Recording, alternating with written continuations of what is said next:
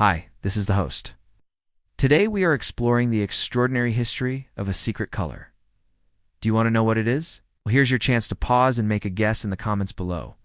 What do you think the answer is? Of course, purple. And today I'm going to share with you some of the reasons why purple has always been one of my favorite colors. So let's get started. The story of purple starts deep in the ancient past, and it is a story rooted in rarity. See, the purple that we're talking about is not the purple that comes from, say, blueberries or plums or, the cheap purple markers that you had in elementary school. No, we are talking about a particular shade of purple, a true purple known as Tyrian purple, which originated from a very particular sea snail. These sea snails, called Murex brandaris, which can still be found today along the coast of France. Spain and North Africa were once so valuable that Roman emperors paid them in gold. But don't go looking for these golden snails anytime soon because they are super rare. You see, these snails were only found in one specific area of the Mediterranean Sea, near the coast of Tyre, now modern-day Lebanon. Hence the name Tyrian purple. The Romans weren't able to farm these snails, so they had to be wild caught. And the people who did catch them would often risk their lives to do it, because the waters where the Murex brandaris lived were treacherous and dangerous. But that danger was just the start of the story. After spending months diving into the Mediterranean and gathering enough snails, the divers then had to spend weeks crushing those snails. Yes, you heard that right, crushing snails. They would take these snails and literally pulverize them by hand until they turned into a kind of purple sludge. The crushed snails were then put into large vessels and exposed to sunlight for up to 2 weeks.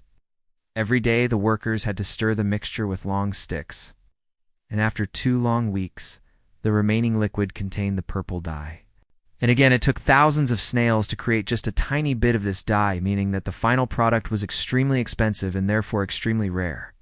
To add to the whole intrigue and mystery of this color, the whole process of crushing the snails created such an awful smell that the workers had to wear masks, made out of animal skins to protect themselves. So at every step of the way, the creation of purple was fraught with danger, expense, and yes, some pretty stinky snail smell. It was hardly surprising that purple ended up being used only by the rich and powerful. In ancient Rome, purple dye was reserved exclusively for emperors, kings, and high-ranking religious figures. Even the emperor's wives had to wear less fancy purple because, the emperor's wife was the only one who could really rock the full imperial purple. In fact, the use of purple by these elites was not merely a fashion statement. It was a powerful visual declaration of status and authority. You wore purple to tell everyone around you, hey, I'm important. It didn't matter if you were an emperor or, say, a bishop. The color purple helped to visually reinforce the message that you were someone special, someone worthy of respect and obedience. And that's why when someone today calls someone else purple, meaning that they're pretentious or trying too hard to look important. It's kind of ironic because back in the day, purple was all about being truly important. For centuries, no one was able to replicate Tyrian purple because the dye was so complex and delicate that it just couldn't be mass-produced. That was until the Middle Ages when some clever chemists figured out how to create purple dyes from plants like madder root or woad. These plant-based dyes could produce a purplish hue, but they never quite matched the brilliance of true Tyrian purple. So these purple knockoffs remained the color of the poor and commoners, while the rich and powerful continued to exclusively wear true Tyrian purple. Fast forward to 1856, when everything changed. A young British chemist named William Henry Perkin was trying to synthesize a drug to help combat malaria. He mixed together a compound called quinine with a chemical called logwood, which was a purple dye made from tropical trees. Now, this was not supposed to happen, but the chemicals reacted unexpectedly and created a new, brilliant shade of purple, which he called mauvine.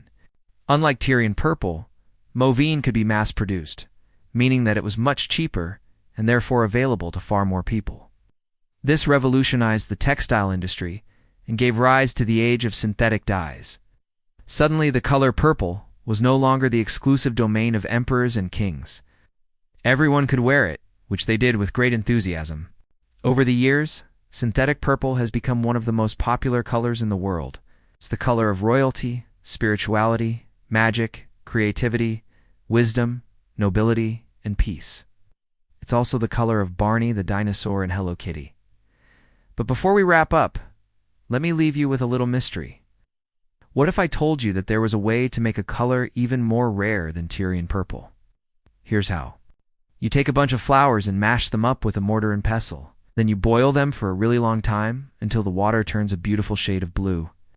Next, you throw in some alum, which is a naturally occurring compound, and then you wait for the sun to do its thing. Finally, you dab a small amount of the mixture onto a white piece of fabric and voila! You have produced an incredibly rare and beautiful shade of blue. But since you'll need thousands of flowers to produce just a tiny bit of this blue, it will also be incredibly expensive. And if you want to know the name of this blue and its fascinating history, then click right over here. Thanks for watching.